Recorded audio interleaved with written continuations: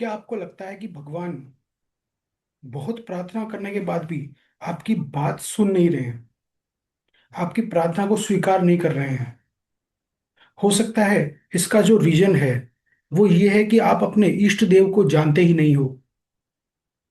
मित्रों, अगर आप अपने इष्ट देव को जानोगे ही नहीं, उनको पहचानोगे ही नहीं, तो उन तक आपकी पुकार कैसे पहुंचेगी? जब तक आप उनकी आराधना नहीं करोगे, उनसे प्रार्थना नहीं करोगे, तब तक आपकी जो प्रार्थना है वो उन तक पहुंचेगी ही नहीं, तो वो कैसे उसको फुलफिल करेंगे? मित्रों, ये बहुत बड़ा प्रश्न है।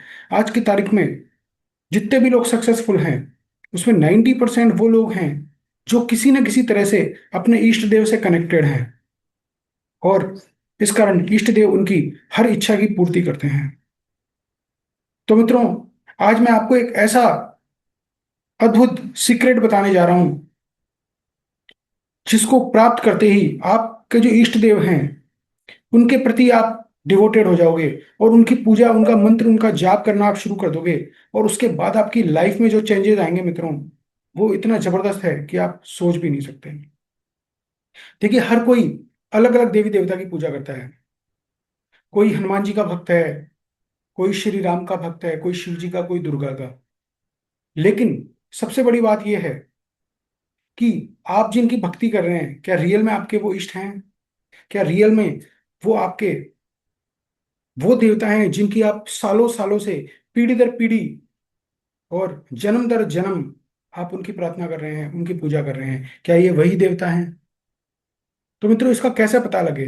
देखिए, पता करने के दो तरीके हैं।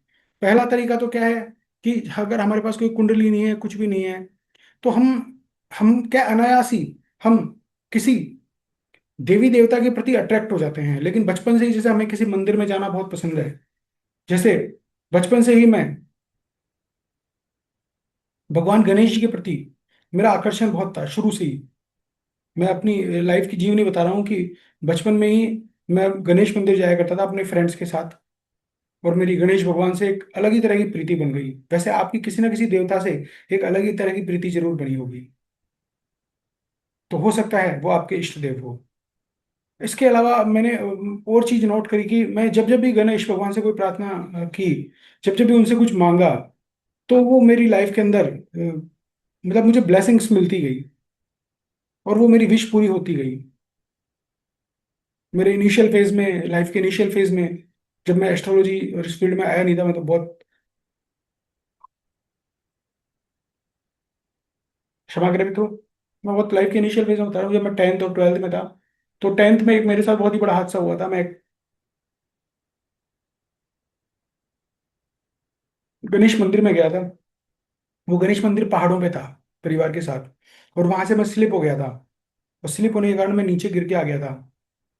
और आप बिलीव ना करेंगे कि कुछ लोग मुझे उस पहाड़ी से बचा के और नीचे सुरक्षित लेके आ गए। और यहाँ तक कि उन्होंने मेरे जो मदर फादर मेरे साथ गए थे, और मेरे मम्मी पापा मेरे साथ गए थे, मेरे मामा जी भी मेरे साथ थे, उनसे मेरा इंटरेक्शन करवाया, है ना, उनको मतलब मेरे साथ कनेक्शन करवाया, क्योंकि मेरा कनेक्शन ब्रेक हो चुका था। तो जैसे ही उन लोगों ने, जब मेरे को होश आया और मेरे से पूछा कि आपको कौन लेके आया यहाँ तक, मुझे बताओ बेटा, तेरे को कौन लेके आया?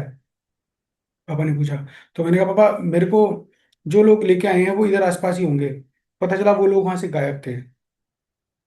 तो मित्रों, इसका मतलब ये गणेश जी की कृपा थी। गणेश जी महाराज का मंदिर था वो, वहीं से मुझे उनकी कृपा प्राप्त हुई। और वहीं से मैंने विश किया कि प्रभु, मुझे ऐसा आशीर्वाद दीजिए कि मैं आपकी भक्ति करता रहूं। तो मित्रों, ऐसे कनेक्शन जुड़ा। फिर धीरे धीरे जब मैं एस्ट्रोलॉजी सीखा, तो मुझे नॉलेज हुई, मुझे पता लगा। तब जब मेरी एस्ट्रोलॉजी आ गई, तो मैंने कुंडली बनाना सीखा। तो जब मुझे पता लगा कि मेरे कौन से देवता है जो मेरे इष्ट देव हैं, तो पता चला वो मेरे देवता भगवान गणेश ही निकले इष्ट देव।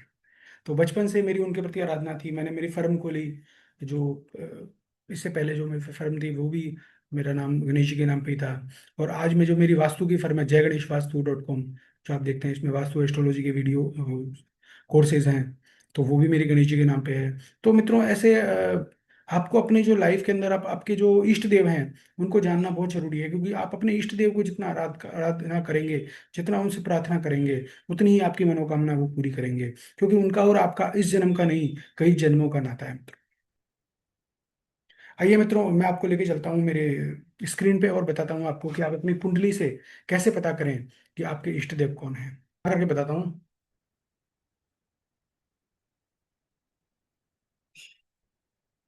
देखिए, ये हमारी कुंडली है।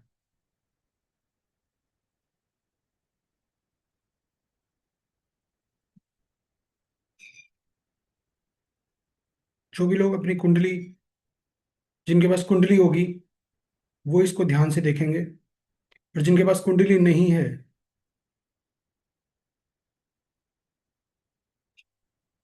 वो किसी भी फ्री ऐप से अपनी कुंडली बनवा सकते हैं।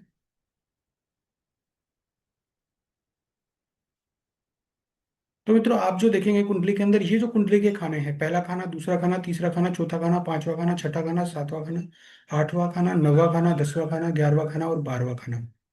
तो ये जो खाने हैं, अब आपको यहाँ पे ये जो पांचवा खाना है, ये फिफ्थ हाउस है। आपको क्या देखना है, फिफ्थ हाउस, यहाँ पे क्या नंबर लिखा हुआ है। जैसे किसी के यहाँ पे 2 नंबर लिखा हुआ होगा, किसी के यहाँ पे 3 नंबर लिखा हुआ होगा, किसी के यहाँ पे 6 नंबर लिखा हुआ होगा। तो यहाँ पे जो भी नंबर लिखा है, वो नंबर आपको उठा के अलग रख लेना है मित्रों। वो जो आपका नंबर है, जो यहाँ पे लिखा हुआ है, वही नंबर आपका बताएगा आपको कि आपका इष्ट देव कौन है। अब उसके लिए मित्रों, मैं दूसरी स्लाइड पे आपको ले जाना चाहता हूँ। एक नई स्लाइड में ले रहा हूँ, और नई स्लाइड में मैं आपको बताऊंगा कि क्या नंबर लिखा हुआ है, तो आपको कौन सा अपना इष्ट देव मानना है। हाँ तो दोस्तों, आइए मैं आपको बताता हूँ।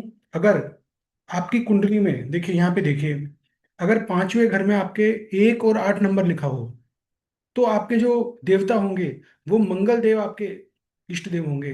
और मंगल देव को प्रसन्न करने के लिए आपको किन की आराधना करनी पड़ेगी, आपको हनुमान जी और कार्तिकेय भगवान की। साउथ में अगर आप हैं तो कार्तिकेय भगवान की, और नॉर्थ में है तो हनुमान जी को फॉलो करें, आप हनुमान जी की आराधना करें, उनकी भक्ति करें, हनुमान चालीसा का पाठ करें। तो आपको बहुत ही अच्छे रिजल्ट मिलेंगे, और आपकी लाइफ के सभी काम पूरे होंगे मित्रों। मित्रों, अगर आप देखिए 2 और 7 नंबर आपके पांचवें घर में लिखा हो, पांचवें हाउस के अंदर 2 और 7 नंबर लिखा हो, तो आप शुक्रदेव आपके इष्टदाता हो गए, आपके इष्ट देव हो गए। तो आपको माता रानी की आराधना करनी है मित्रों। मित्रों, जितनी आप माता रानी की आराधना करें, वैष्णो माता की, आपके जो भी माता आराध्य है, उनकी आप आराधना करें, और आपको वहां से माता रानी के दर पे आप जैसे जैसे जाएंगे, आपको लाइफ के अंदर अपने आप सारी पॉजिटिविटी, सारे पॉजिटिव रिजल्ट्स मिलने शुरू हो जाएंगे मित्रों। मित्रों, आप 3 और 6 नंबर आपके लिखा हुआ हो, तो बुद्ध देव होंगे इनके, आपके जो इष्ट देव। और आपको हनुमान जी, सॉरी, आपको गणेश जी महाराज की आराधना करनी है। जितनी आप गणेश जी महाराज की आराधना करेंगे, उतने ही आपका जो बुद्ध देव आपके एक्टिव होंगे, और आपके इष्ट देव आपसे प्रसन्न होंगे बहुत। गणेश जी महाराज आपके इष्ट देव पिछले जन्म के विष्णु भगवान की भी कर सकते हैं, और कृष्ण भगवान की भी कर सकते हैं, तीनों में से किसी की भी आप कर सकते हैं। अगर आपके 3 और 6 नंबर लिखा हुआ हो, अगर आपके पांचवें हाउस में, अगर आपके पांचवें हाउस में 4 नंबर लिखा हुआ हो मित्रों, तो आपको क्या करना है मित्रों, भगवान शिव की आपको पूजा करनी है, भगवान शिव की। क्योंकि 4 नंबर जो है चंद्रदेव का है, 5 नंबर जो है सूर्य देव का है, वहाँ भगवान रामचंद्र भगवान की आपको आराधना करनी है। इनको सूर्यवंशी माना गया है। तो भगवान रामचंद्र की आराधना करेंगे, तो आपका 5 नंबर, आपको मतलब आपका इष्ट देव आपके भगवान राम हो गए, और आपको बहुत जल्दी सारी मनोकामनाएं आपकी पूरी होगी मित्रों। मित्रों, अगर आपके पांचवें घर में 9 और 12 नंबर लिखा हुआ हो, तो ये बृहस्पति देव हो गए। बृहस्पति देव जो है, तो आप बृहस्पति की डायरेक्ट बृहस्पति भगवान की पूजा भी कर सकते हैं, विष्णु भगवान की भी कर सकते हैं, कृष्ण भगवान की भी कर सकते हैं। आप जो गुरु हैं आपके, गुरु महाराज, उनकी भी कर सकते हैं। आपके गुरु महाराज कोई भी हो, आपके गुरु महाराज, उनको बना के उनकी भी आराधना करें तो भी बहुत अच्छी बात है। और 10 और 11 अगर नंबर लिखा हुआ है आपके, तो आप शनिदेव की पूजा कर सकते हैं, और आप भगवान शिव की भी पूजा कर सकते हैं, और भैरव देव की भी पूजा कर सकते हैं। इनमें से आप किसी की भी पूजा कर सकते हैं मित्रों, ये आपके इष्ट देव हैं, और आपको बहुत ही अच्छे रिजल्ट मिलेंगे, बहुत ही लाइफ के अंदर आप मतलब जो भी आपकी मनोकामना है वो जल्दी से जल्दी पूरी होगी। और रियल में आप ये एंजॉय करेंगे, क्योंकि जो सक्सेसफुल लोग हैं, जो आगे बढ़े हुए हैं, आज लाइफ में आगे ग्रो कर रहे हैं, कहीं ना कहीं वो डायरेक्ट और इनडायरेक्टली अपने इष्ट देव की पूजा करते हैं, अपने इष्ट देव को आराधते हैं। तो इनका कोई भी एक महत्वपूर्ण पार्ट आपको डेली करना है, कोई भी मंत्र जाप इनके आपको डेली करना है, और आप खुद फील करेंगे ऑटोमेटिक कि धीरे धीरे धीरे आपके सारे काम मित्रों बन रहे हैं। जय श्री राम मित्रों, इसी के साथ मैं मेरी वाणी को विराम देता हूँ। अगर आप एस्ट्रोलॉजी, न्यूमरोलॉजी या वास्तु सीखने में इंटरेस्टेड है, तो मित्रों मेरी जो साइट है, www.jayghaneshvastu.com, जिसका लिंक मैंने अपने डिस्क्रिप्शन में दिया है। वहां जाके आप मेरी साइट देख सकते हैं, और वहां जाके आप कोर्स में एनरोल भी कर सकते हैं मित्रों। कोर्स सभी तरह के हैं, इकोनॉमिक कोर्सेज बिल्कुल सस्ते कोर्स हम लोगों ने दिए हैं, और उसमें ज़्यादा से ज़्यादा आपको मटेरियल उसमें दिया गया है मित्रों। इसमें हर कोर्स के साथ लाइव क्लासेस भी है। आप ये ना सोचिएगा कि सिर्फ रिकॉर्डिंग क्लासेस हैं, इसके साथ लाइव क्लासेस भी होंगी, क्वेश्चन आंसर क्लासेस भी होंगी, और आपके डाउट सेशंस भी होंगे। ठीक है मित्रों, इसी के साथ मेरी वाणी को विराम देता हूँ। अगर पसंद आए तो लाइक करें, शेयर करें। जय श्री राम।